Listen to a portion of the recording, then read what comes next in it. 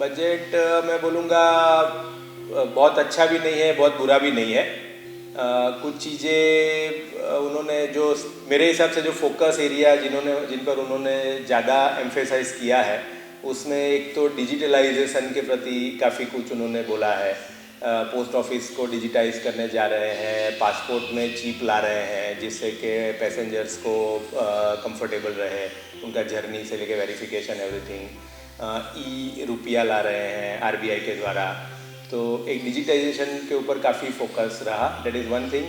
दूसरा, low cost housing के ऊपर इन्होंने काफ़ी फोकस किया, काफ़ी घर बनाने का वादा किया, उसमें कुछ स्पेसिफिकली समाज का जो निचला वर्ग है उनके लिए बनाए जाएंगे वगैरह वगैरह। ये जो उनकी स्पीच से बेसिक जो चीज़ें दिखी है, समझ में आई है, उसके हिसाब से मैं बता रहा हूँ। उसके फाइनल प्रिंट्स देखने के बाद और उसका डिटेल में एनालिसिस किया जा सकता है।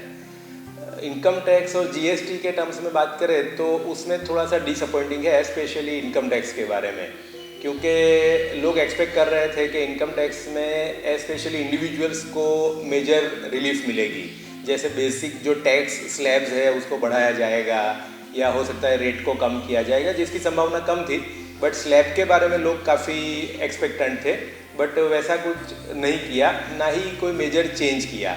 कोऑपरेटिव सोसाइटीज़ को टैक्स रेट कम किया, लॉन्ग टर्म कैपिटल गेन में सरचार्ज था उसको परसेंटेज को कम किया, सरचार्ज के परसेंटेज को, टैक्स के परसेंटेज को नहीं, तो उस तरह से। बट थोड़ा सा लाइटर नोट पे मजाक करूँ तो हमारे सीए लोगों में ऑलरेडी बातें होने लगी कि इस बार ज़्यादा बजट मीटिंग अटेंड करने की ज़रूरत नहीं पड़ेगी, क्योंकि चेंजेस ही काफ़ी कम है जिसको ज़्यादा समझना पड़ेगा या एनालाइज करना पड़ेगा।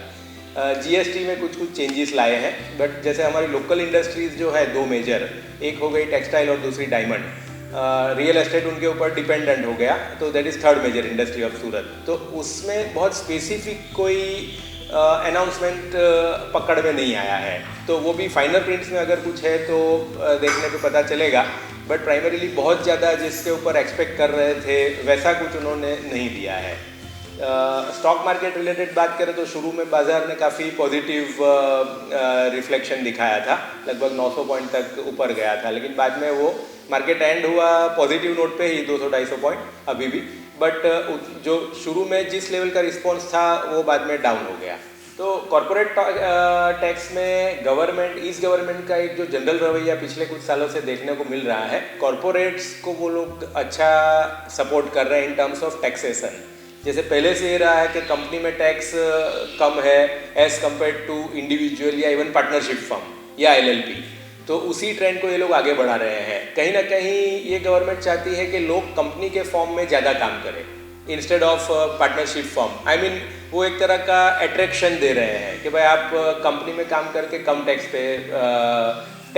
रेट पे पैसा भरिए, इंस्टेड ऑफ कि आप पार्टनरशिप फॉर्म या एलएलपी में काम करके ज़्यादा रेट पे टैक्स भरें। देखिए, सूरत में कॉरपोरेट कल्चर उतना ज़्यादा नहीं है।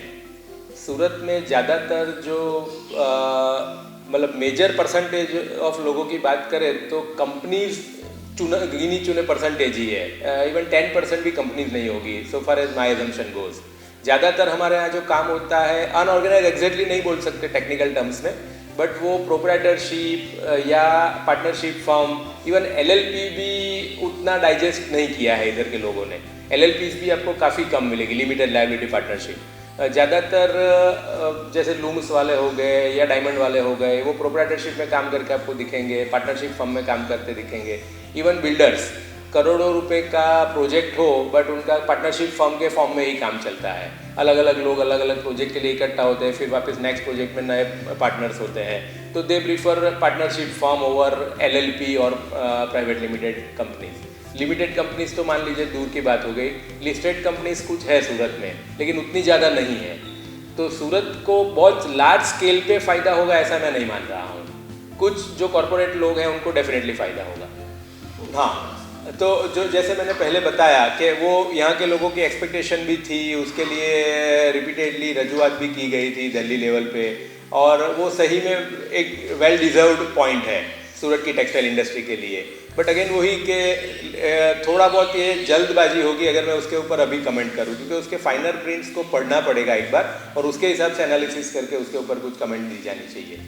एक सीए के तौर पर आपकी क्या एक्सपेक्टेशन थी और क्या इन बजट उस पर खरा उतर रहा है?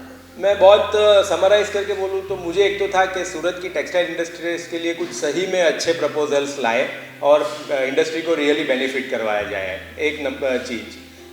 दूसरी चीज़ कि रियल एस्टेट जनरली भी बात करें, सूरत में बात करें तो नोटबंदी के बाद वो हमेशा स्ट्रगल करती रही है, वो लेवल पे आज भी नहीं है, ये ज़्यादातर बिल्डर लोग तकलीफ़ में हैं, तो उसको कुछ बूस्टअप की बहुत ज़्यादा ज़रूरत थी। सिमिलरली पर्सनल टैक्सेशन, उसमें लास्ट बजट में भी वो एक्सपेक्टेशन थी जिसके ऊपर कुछ नहीं आया था, इस बजट में भी वही, तो ये सारे पॉइंट के हिसाब से ये बजट उन्होंने वेस्ट किया, मैं ये बोलूँगा कि ये जो वेल डिजर्व चीज़ें थी उसको नहीं लाया गया है। ओवरऑल मैं 4 पॉइंट दूंगा 10 में से। जो तमने अमारो विडियो पसंद આવ્યો હોય તો ચેનલને સબસ્ક્રાઇબ કરો અને બેલ આઇકન જરૂર દબાવો।